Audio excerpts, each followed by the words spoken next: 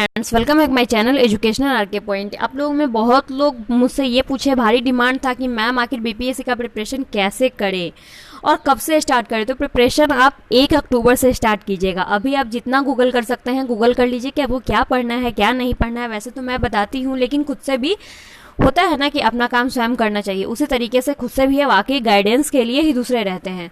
भाई करना तो खुद से पड़ता है। तो बीपीएससी के लिए जितना भी कर सकते कर लिए। वैसे 1 अक्टूबर से आप अपना पढ़ाई शुरू कीजिएगा कि आपको करना क्या क्या है। आज मैं इस वीडियो में आपको बुक के बारे में बताऊंगी कि आपकी स्ट्रेटेजी क्या होनी चाहिए और क्यों होनी चाहिए और कब और कैसे क्रैक करना चाहिए।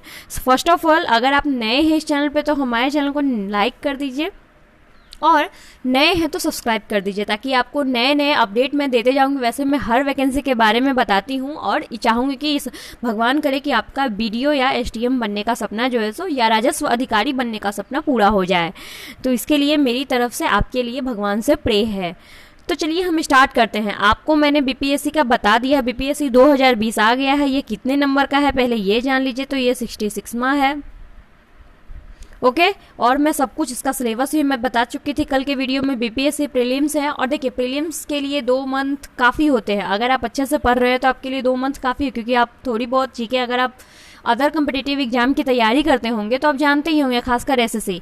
अगर आप बैंकिंग के स्टूडेंट हैं और चाहते हैं कि बीपीएससी क्रैक करना हो तो फिर आपके लिए थोड़ी कठिनाई है, बट थोड़ी भी नहीं। अगर आपका दिमाग सही है, यानी कि आप सही कर अपने एक लक्ष्य निर्धारित करके, होता है ना कि अगर आप किसी चीज़ के लिए धरने पर बैठ जाएंगे तो फिर वो तो आपको मिलना ही है।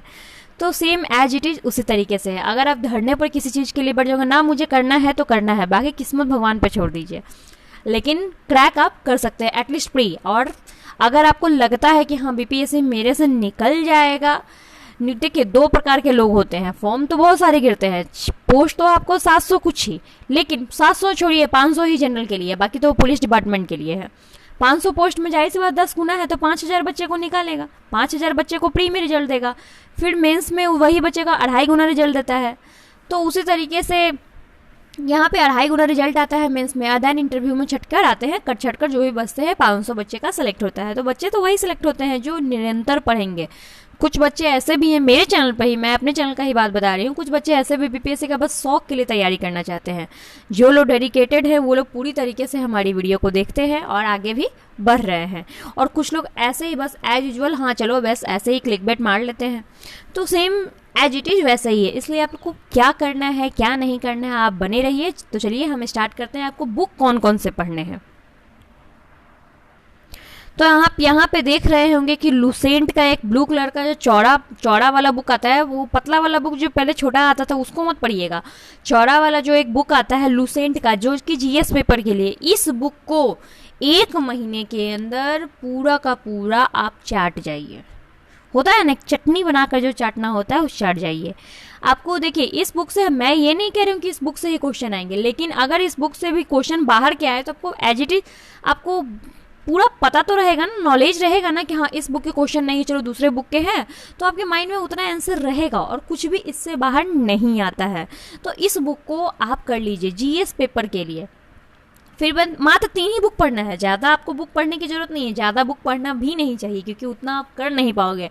मैं आपको वही बता दूंगी, जो लोग ज़्यादा मेहनत कुछ एक्स्ट्रा करने वाले होते हैं मैं उनके लिए भी बताऊंगी। लेकिन अगर जो लोग कम मेहनती हैं, सोचते हैं कि कॉन्सेप्ट बस हमको जितना पढ़ना है बस उतना ही पढ़े कि एग्जाम में आ जाए, तो सेम उन लोगों के लिए है। तो आप लुसेंट का सामान्य ज्ञान का जो बुक होता है उस बुक को आप ले ले आज ही। अगर नहीं हो तो वैसे सबके पास होगा जो भी कॉम्पिटिटिव स्टूडेंट होंगे तो।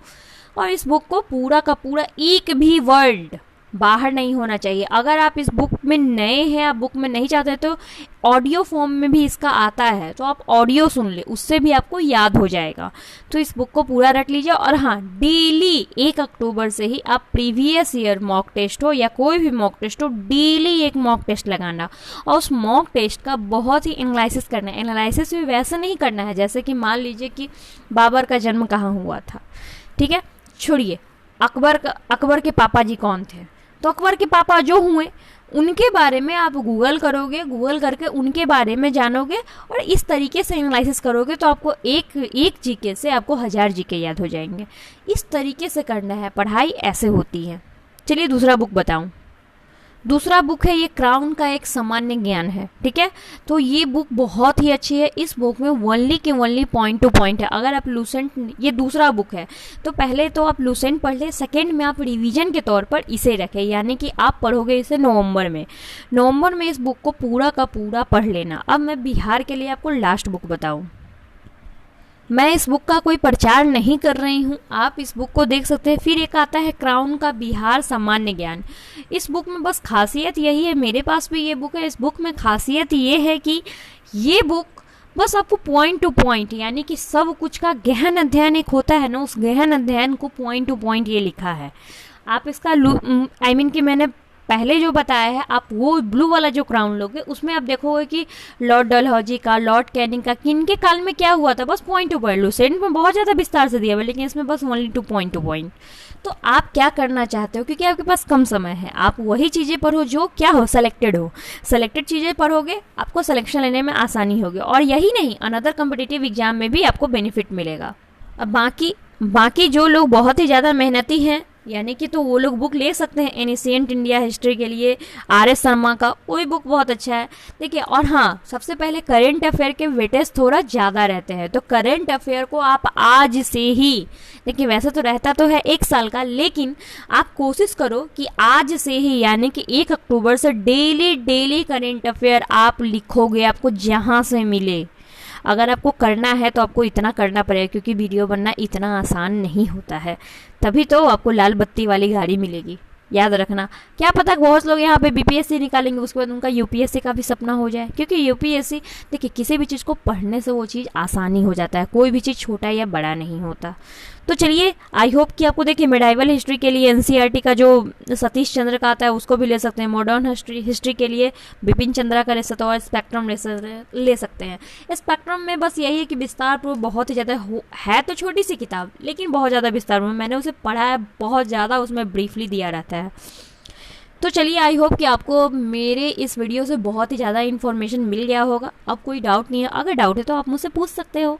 आपको पता है कि आपको कमेंट कहाँ करना है, तो नीचे कमेंट बॉक्स में करना है, नहीं तो एजुकेशनल RK पॉइंट का आप इंस्टाग्राम पे सर्च करोगे। इंस्टाग्राम पे बहुत सारे मैंने ट्रिक्स वगैरह के PDF भी लगा रखे हैं, यानी कि उसका जो भी जितना भी पेपर होता है मैंने वहाँ पे लगा चुके हैं। आप वहाँ पे जाकर मेरे चैनल को सर्च कर देख सकते हो, या मुझसे कुछ भी पूछना हो तो पर्सनली मुझसे पूछ सकते हो आप।